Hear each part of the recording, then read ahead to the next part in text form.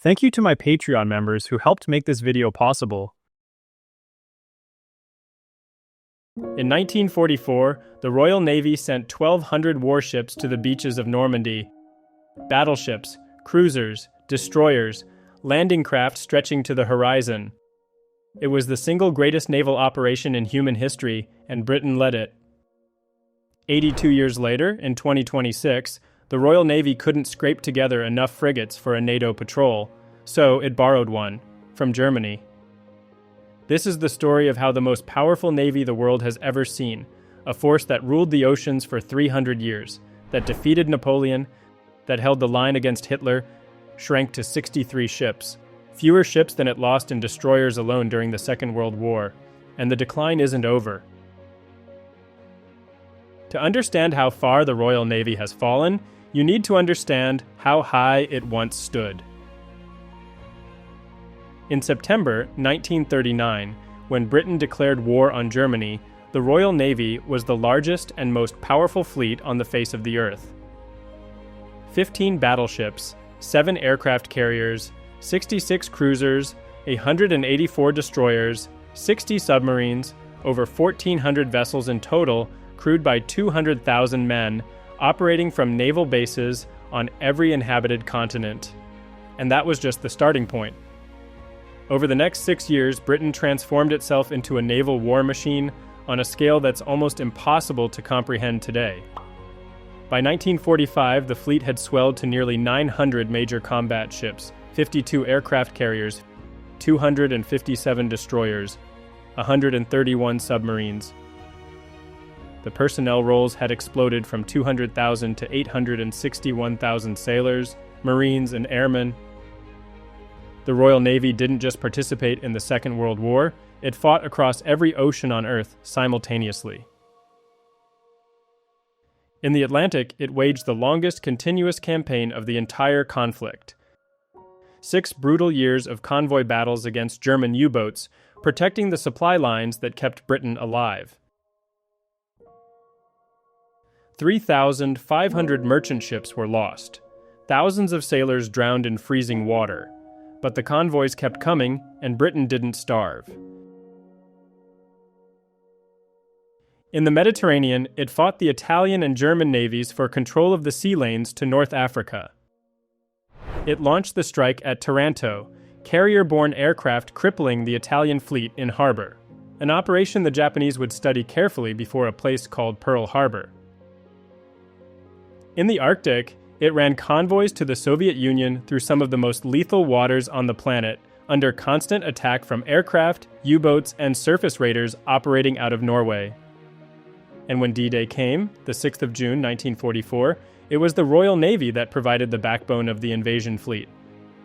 1,200 warships, thousands of landing craft, the largest amphibious operation ever attempted, and Britain put more ships in the water that day than the entire Royal Navy possesses in 2026, by a factor of 20. By the end of the war, Britain had spent over 50% of its entire national wealth on the fight, and the Royal Navy had paid a staggering price. 278 major warships sunk, over 1,000 smaller vessels lost, 50,000 sailors killed. The Navy lost more destroyers during the war, over 130 than it has total ships today, but it won, and in 1945, the White Ensign flew over the most battle-hardened, globally deployed, technologically advancing Navy in history. So, what happened?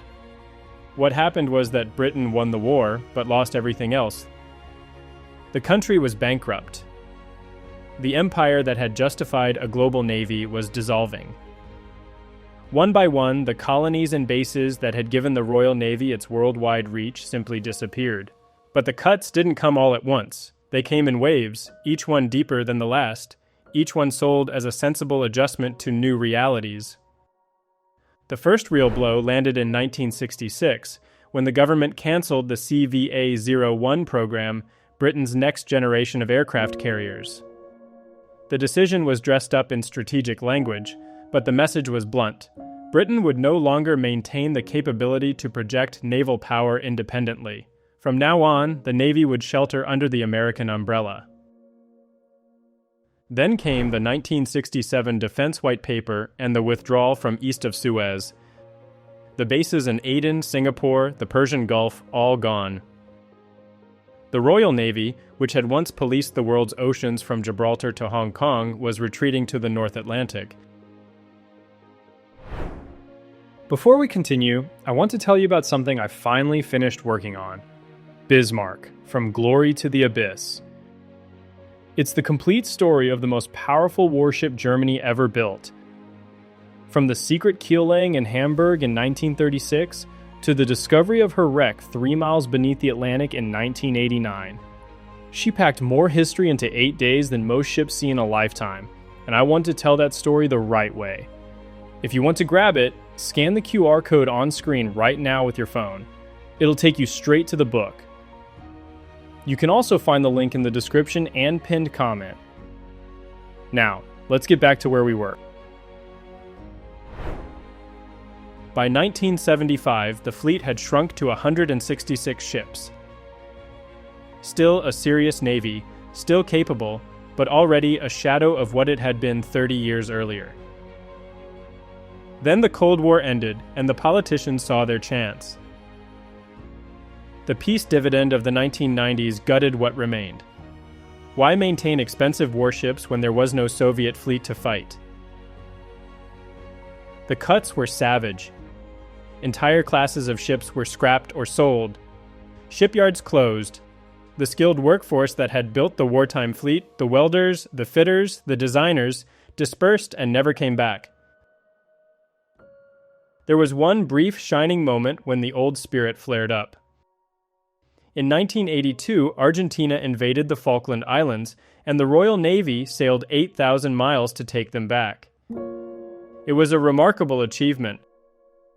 Carrier-launched airstrikes, amphibious landings, destroyer duels with Exocet missiles, but it was also a warning. The Navy lost 6 ships and had another 10 badly damaged. If the Argentine bombs had been properly fused, the losses would have been catastrophic. The Falklands should have been a wake-up call. Instead, it became a farewell tour. The last time the Royal Navy would fight a war on its own. After that, every defense review brought more cuts. The frigate and destroyer fleet that had numbered over 50 in the early 80s fell to 40, then 30, then 20. The government kept ordering reviews, and the reviews kept recommending fewer ships, because that was what the budget allowed. Nobody ever asked whether the budget matched the threats.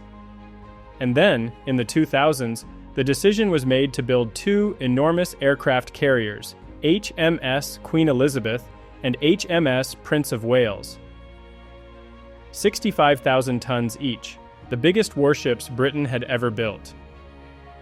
They were supposed to be the centerpiece of a revitalized fleet. Instead, they became monuments to a navy that couldn't afford to use them properly, which brings us to today, April 2026. And the numbers are devastating. The Royal Navy has 63 commissioned ships, 63. To put that in perspective, in 1945, the Royal Navy had 52 aircraft carriers alone. Today, the entire fleet, carriers, destroyers, frigates, submarines, patrol boats, everything, is 63. Let's go through it ship by ship, because the overall number is bad enough, but the details are worse. Start with those 2 grand carriers. HMS Queen Elizabeth is sitting in a Scottish dry dock, months behind schedule on maintenance. Nobody can say when she'll sail again. HMS Prince of Wales is technically available. She was put on 5 days' notice in March when the Middle East crisis flared up, but she spent only 21% of her commissioned life actually at sea. A warship that spends 4/5 of its existence tied to a wall. The destroyer force. 6 Type 45s, supposed to be the most advanced air defense ships in the world, and in many ways they are. The Sea Viper missile system is genuinely formidable, but right now, only HMS Dragon is actually deployed, out in the eastern Mediterranean. The rest are either in maintenance, getting their engines ripped out and replaced because of a design flaw that's plagued the class since they were built, or sitting alongside waiting their turn. The frigates. 7 Type 23s, most of them over 25 years old, and not all operational. The Royal Navy entered 2026 with fewer frigates than it's had in centuries, and the replacements, the Type 26 and Type 31 programs, are running years behind schedule. The first Type 26 was supposed to commission in 2026. Now it'll be 2028 at the earliest. There's a growing gap where old ships are retiring and new ships haven't arrived. But the submarine situation is where it gets truly alarming. The Royal Navy has 6 Astute-class nuclear attack submarines. 6. And as of early 2026, only one, just one, is at high readiness. 4 others are at low or very low readiness, stuck in maintenance and refit cycles. And the 6th? She's in Australia, part of the AUKUS program, helping the Australians learn to operate nuclear submarines. Meanwhile, the sailors who make all of this work are leaving. Total trained strength has dropped from 39,400 in 2022 to 37,800 in 2026. The Ministry of Defense has increased recruitment spending by 20%, and for the first time in years, more people are joining than leaving. But new recruits take years to train. The experienced sailors, the ones who actually know how to fight a ship, are walking out the door faster than they can be replaced. And then there's the Royal Fleet Auxiliary, the unglamorous but absolutely essential support ships that carry fuel, ammunition, and food for the fleet. Without the RFA, the carriers can't deploy, and the RFA is on strike. Their pay has fallen 30% in real terms over the past decade. The Ministry of Defense offered 4.5% and couldn't even prove it was paying minimum wage, so the sailors walked out. The first Sea Lord, the head of the Royal Navy, stood up at a conference in February 2026 and said plainly that the Navy is not as ready as it should be. He estimated that full war readiness might not come until the 2030s. And this is where it stops being about numbers and starts being about something deeper. The Royal Navy isn't just a military force, it is woven into the identity of Britain itself. This is a nation that exists because of its navy. An island that survived Napoleon because Nelson destroyed the combined fleets of France and Spain at Trafalgar, a country that endured the darkest days of 1940 and 41 because the convoys kept getting through. The Navy didn't just defend Britain, it built Britain, it connected the empire, it carried the trade, it enforced the peace. Every schoolchild used to know the names: Trafalgar, Jutland, the River Plate, the Bismarck. They weren't just battles, they were proof that when everything else failed, Britain could still command the sea. Now the Navy has more admirals than it has ships, and the hardest part isn't the statistics, it's the contrast. Knowing that the same nation which built 52 aircraft carriers in 6 years of total war now takes a decade to build a single frigate. Knowing that a Navy which once deployed 1,200 warships on a single day now struggles to send one destroyer to the Mediterranean. Knowing that the shipyards that armed the most powerful fleet in history now employ a fraction of their wartime workforce. There are plans. The Strategic Defense Review talks about a hybrid Navy, drones, autonomous systems, AI. The Type 26 and Type 31 frigates are being built. The Dreadnought submarines will carry the nuclear deterrent into the 2060s. But plans don't float, and there's a dangerous gap between the fleet the Navy has today and the fleet it's been promised for tomorrow.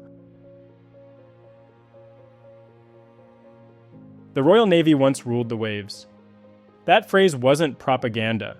It was a statement of fact backed by 1,000 ships and 500,000 sailors. Today it's a memory. The question is whether it stays that way.